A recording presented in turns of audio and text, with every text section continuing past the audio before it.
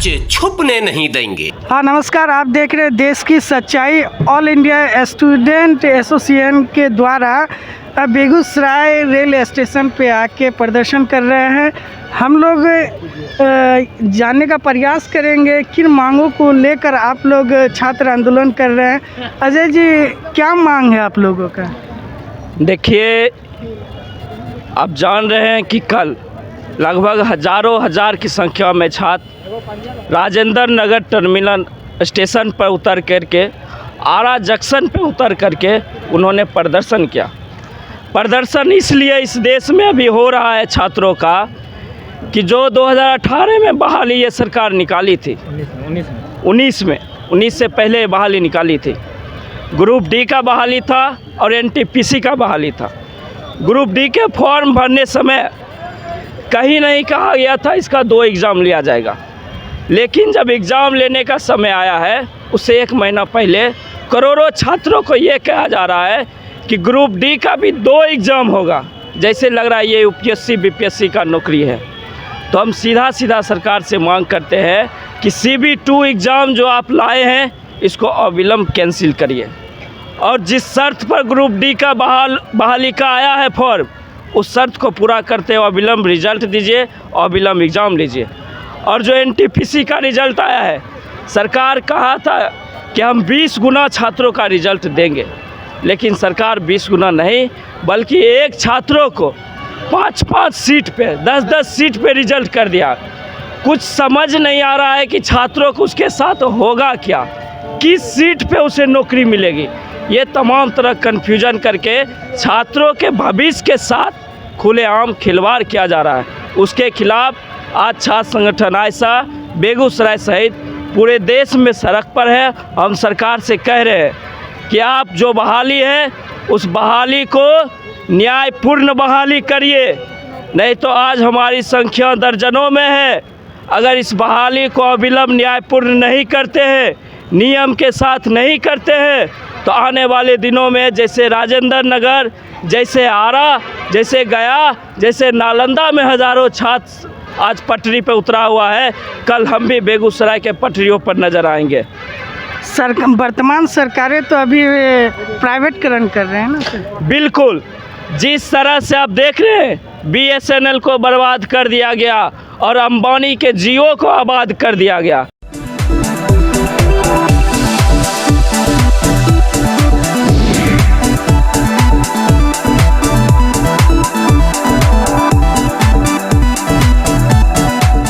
जो देश का सबसे बड़ा सेक्टर है, जो देश के गरीबों को, दलितों को, पिछड़ों को नौकरी देता है, इस रेलवे को ही निजीकरण कर दिया जाए। ना सरकारी रहेगा, ना आरक्षण देना पड़ेगा, ना नौकरी देना पड़ेगा। सरकार का मूल एजेंडा यही है, लेकिन हम तमाम छात्र इस बात को समझ रहे हैं और सरकार से कह रहे हैं कि आप रेलवे को बेचने का जो सपना देख रहे हैं ना, वो इस देश का छात्र नौजवान नहीं होने देगा। बिक चुका है कि सपना ही देख रहे हैं? नहीं, कुछ सेक्टर जो है, जैसे अभी रेलवे काउंटर पर आप जाइएगा, टिकट जो काटते हैं वो टेंडर पे अब बहाल होने लगे हैं। आप गार्ड देख लीजिएगा, कई तरह के गार्ड जो है वो टेंडर पे प्राइवेट में बहाल होने लगे हैं। जो ग्रुप डी से साफ सफाई वाला कर्मचारी बहाल होता था, वो आज टेंडर के थ्रू बहाल होने वाला है। तो आधा लगभग बिक चुका है। हम तमाम छात्र युवाओं से कह रहे हैं कि आप जागिए, आप इस हिंदू मुस्लिम की लड़ाई से ऊपर उठिए और इस देश के रेलवे को बचाइए। कोई नहीं पूछने वाला मिलेगा। आज मोदी हर युवा करने का कोशिश कर रहे हैं, लेकिन आज उतना ही देखिएगा कि लड़ने वाला युवा का भी एक जखीरा आज देश में खड़ा हो गया इस सरकार के खिलाफ। प्राइवेटकरण में तो छात्रों का कोई उम्मीद जुड़ा हुआ नहीं है कि प्राइवेट सेक्टर में चला गया ना, सरकार तो उन्हें दे दिया ना। नहीं, अभी पूरी तरह से रेलवे प्राइवेट नहीं हुई है, कुछ चीज़ें प्राइवेट हुई है। हम उसके खिलाफ लड़ रहे हैं और आने वाले जो चुनाव है आप प्राइवेट सेक्टर में मांग कर रहे हैं कि आप संविधान में जो प्रावधान है उसके तहत? बिल्कुल, जे देश का जो भी प्राइवेट सेक्टर है उसमें भी सामाजिक न्याय के तहत रिजर्वेशन लागू होना चाहिए। गरीबों को, दलितों को, पिछड़ों को वहाँ भी रिजर्वेशन मिलना चाहिए। लेकिन आज हमारा मुख्य मांग यही है कि ग्रुप डी का जो CB2 का जो एग्ज़ाम है उसका जो फरमान वो जारी किया है रेलवे द्वारा, उसको कैंसिल किया जाए। बहुत बहुत शुक्रिया। आइए एक छात्र है, क्या नाम है? मेरा नाम विक्रम है। किन मांगों को लेकर आज प्रदर्शन? मेरी मांग ये है कि अभी जो सरकार कर रही है कि ग्रुप डी का जो है अब 2 एग्ज़ाम लिया जाएगा, और सरकार इसका रीज़न ये बता रही है कि नंबर ऑफ़ कैंडिडेट बहुत ज़्यादा है इस बार। तो मैं ये कहना चाहता हूँ कि पिछले बार 2018 में जो ग्रुप डी की वैकेंसी निकली थी 63,000 पोस्ट पे, और उसमें लगभग 2 करोड़ स्टूडेंट फॉर्म भरे हुए थे, और इस बार तो 1 करोड़ 17 लाख ही भरे हुए हैं। इस बार तो कम स्टूडेंट हो गए, और 2018 में इतने ज़्यादा स्टूडेंट थे फिर भी मात्र एक ही एग्ज़ाम लिया गया था। इस बार कम स्टूडेंट हैं 2018 की तुलना में, 2019 वाले में कम स्टूडेंट हैं, फिर भी कह रही है कि हम 2 एग्ज़ाम लेंगे। ये कहाँ से न्याय संगत है? और दूसरी बात, आप एक ग्रुप डी का एग्ज़ाम ले रहे हैं 2019 से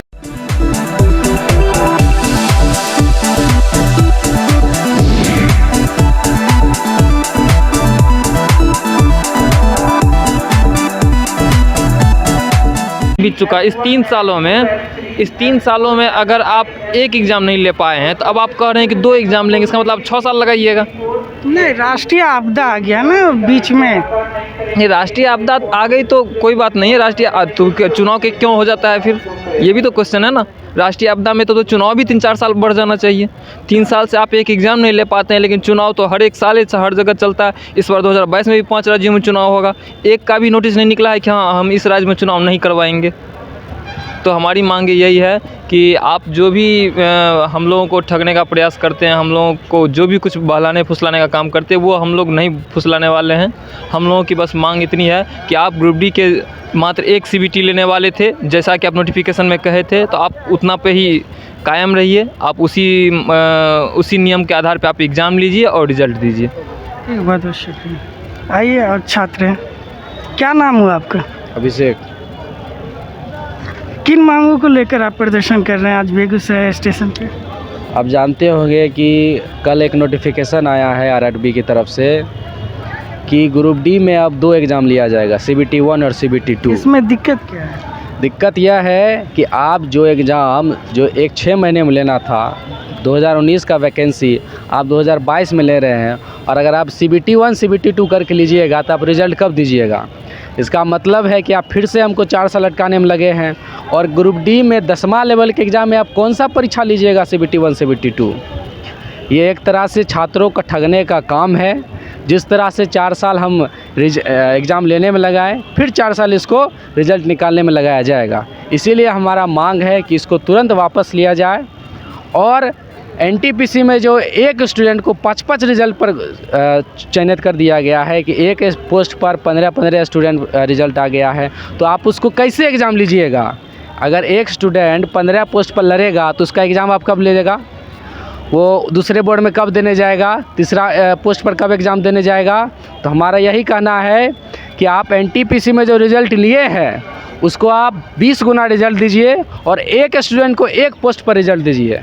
ये एक स्टूडेंट को 20-20 पोस्ट पर रिज़ल्ट जो आप देने का फरमान किए उसको वापस लीजिए, नहीं तो आने वाले समय में आप जो ये चुनाव का नतीजा चल रहे हैं, कभी वहाँ चुनाव चलने चल जाते हैं, कभी वहाँ चुनाव करने चल जाते हैं, वो नहीं चलेगा।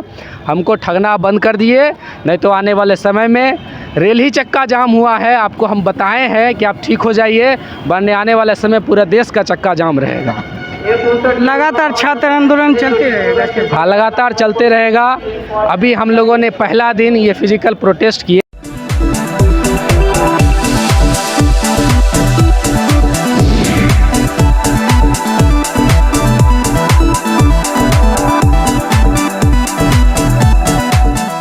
ये एक स्टूडेंट को 20-20 पोस्ट पर रिज़ल्ट जो आप देने का फरमान किए उसको वापस लीजिए, नहीं तो आने वाले समय में आप जो ये चुनाव का नतीजा चल रहे हैं, कभी वहाँ चुनाव चलने चल जाते हैं, कभी वहाँ चुनाव करने चल जाते हैं, वो नहीं चलेगा।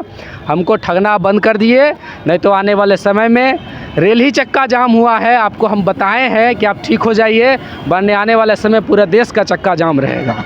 लगातार छात्र आंदोलन चलते रहेगा? हाँ, लगातार चलते रहेगा। अभी हम लोगों ने पहला दिन ये फिजिकल प्रोटेस्ट किए थे, आज हमारा पहला दिन है। अगर हमारी बातों को नहीं माना जाएगा तो लगातार आने वाले दिनों में फिजिकल प्रोटेस्ट चलेगा। कोरोना के कारण हम लोग रुके हुए थे, कोरोना में हम लोग बाहर नहीं निकल रहे थे, लेकिन अब हम लोग सड़क पर आएंगे। बहुत बहुत शुक्रिया। आप देख रहे थे देश की सच्चाई। आज ऑल इंडिया स्टूडेंट एसोसिएशन के तहत बेगूसराय में ग्रुप डी को लेकर प्रदर्शन किया गया। और बने रहिए देश की सच्चाई में बेगूसराय से।